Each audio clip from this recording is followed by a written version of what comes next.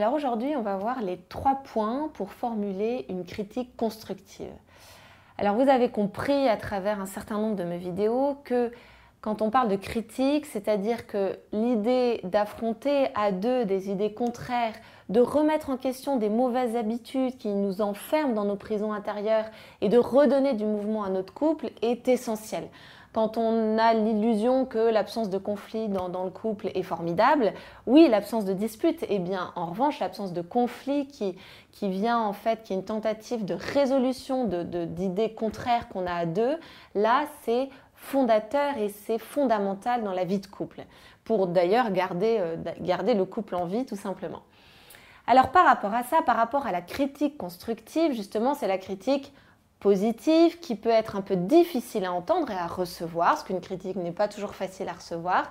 En revanche, c'est vraiment dans une optique d'aller vers un plus grand bien, de pouvoir se mener vers quelque chose de beaucoup plus positif à deux. Donc tout d'abord, le premier point, c'est être apaisé. C'est la première chose. C'est absolument pas la peine d'essayer de discuter si vous êtes déjà en colère ou vous sentez une animosité ou un ressentiment vis-à-vis de l'autre.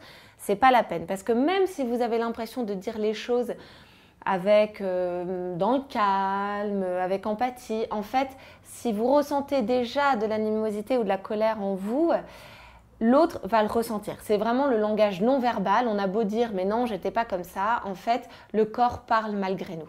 Donc vraiment, c'est un premier point qui est important. Alors pour être apaisé, parfois il faut laisser du temps entre l'observation de ce qui nous a déplu et le moment où on va en parler. Parfois, c'est s'octroyer des moments que vous avez décidés à deux pour se dire, voilà, ce sont des soirs où on est ouvert à l'écoute et on va pouvoir se dire les choses.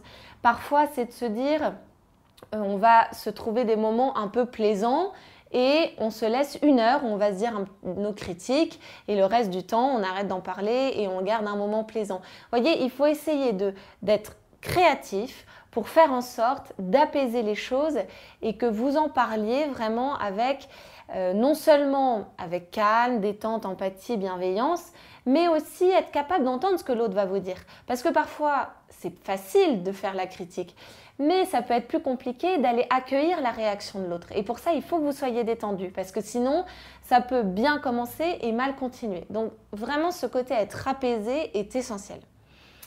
Le deuxième point, c'est avoir observé une certaine récurrence dans ce que vous allez dire. Vous voyez, il y en a qui sont très forts pour relever le petit truc là qui m'a énervé et en fait, c'est une chose isolée qui n'a pas lieu de se répéter. Et donc, est-ce que ça vaut vraiment la peine d'en reparler? Est-ce que ça vaut vraiment la peine de le souligner? Ou est-ce que finalement, c'est arrivé une fois et c'est pas grave, on n'en reparle pas? Alors évidemment, ça va être aussi la force de ce que ça a été. Hein. Si émotionnellement, ça a été très violent, oui, une fois suffit, bien sûr. Mais pour des critiques de petites choses, du quotidien à améliorer, qui reviennent fréquemment, je vous encourage à attendre, à observer, vous voyez, à faire votre petite enquête pour avoir des informations. Est-ce que ça arrive à un certain moment? Est-ce que c'est dans un certain contexte que ça m'énerve? Dans d'autres, ça ne m'énerve pas. Est-ce que c'est à un tel moment de la journée? Enfin voilà, vous voyez, d'essayer de voir comment... Est-ce que vous pouvez avoir une action qui fera que cette chose, sans en parler, va pouvoir s'améliorer? Ou est-ce que non? Et dans ce cas, oui, vous allez en parler parce que c'est récurrent, donc il faut l'arrêter pour pas que ça vienne générer justement cette animosité en vous. Et parce que votre conjoint a besoin d'être au courant pour pouvoir lui-même être acteur dans ce changement. Donc ça, c'est la récurrence. En revanche, attention sur la récurrence, ne faites pas de généralité. Que c'est dommage d'entendre, mais t'es toujours comme ça, ou tu fais jamais ça, de dire depuis le début qu'on se connaît, t'as toujours été comme ça, bah non, je te le dis, mais en fait tu changeras pas puisque c'est ta façon d'être. Voyez, la généralité, je parlais bien de récurrence, mais pas de généralité. Parce que la généralité enferme, et en fait quand vous dites t'es toujours comme ça, t'es jamais comme ça, tu fais pas ça, t'as jamais fait ci, tout ça, en fait, vous, tout de suite, d'emblée, vous bloquez votre conjoint pour évoluer et pour changer. Donc attention, vraiment, vous pouvez souligner la récurrence, d'où l'importance d'en parler, mais ne généralisez pas. Donc être apaisé, la récurrence. Et le troisième point, c'est demander à l'autre ses propres solutions pour améliorer cette situation. C'est très important de laissez cette porte ouverte à votre conjoint pour qu'il apporte ou qu'elle apporte elle-même ou lui-même ses solutions. Attention, hein, ça c'est une chose qu'on a tendance à oublier et on va dire, tu vois, je sais pas, je trouve que régulièrement c'est moi qui dois penser à vider le lave-vaisselle et souvent je l'ouvre et le lave-vaisselle est toujours plein. J'aimerais par exemple que systématiquement après le petit déjeuner, tu puisses le vider. Hop, là en fait, je ne suis pas dans une ouverture d'esprit, je suis en train de dire voilà, il faut que tu fasses ça. Donc c'est pas une critique constructive, c'est pas une remarque qui est intéressante, qui va nous lever vers le haut. C'est une critique qui impose une forme de soumission. En fait, il va falloir que tu fasses ça pour que ça aille mieux. Et si tu ne le fais pas, je vais t'en vouloir. Voyez ? Donc, ne donnez pas, quand vous faites votre critique, ne donnez pas d'emblée votre solution. Attendez de votre conjoint qu'il propose une solution pour améliorer la situation. Maintenant, vous avez le droit, une fois qu'il vous a proposé la solution, d'abord, vous pouvez lui laisser le temps de réfléchir, lui proposer de revenir vers vous plus tard.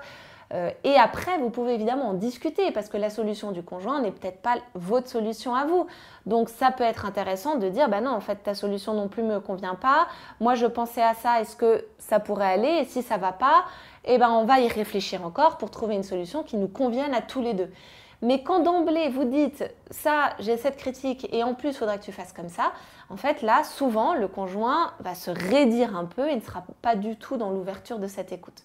Donc je vous propose vraiment de faire votre critique, donc de façon bienveillante, en n'accusant pas, en remarquant simplement, en exprimant le fait que voilà, vous pouvez comprendre qu'il agisse comme ça, mais que vous le sentiriez mieux si on pouvait modifier ça. Enfin voilà, vous voyez, vous discutez comme ça.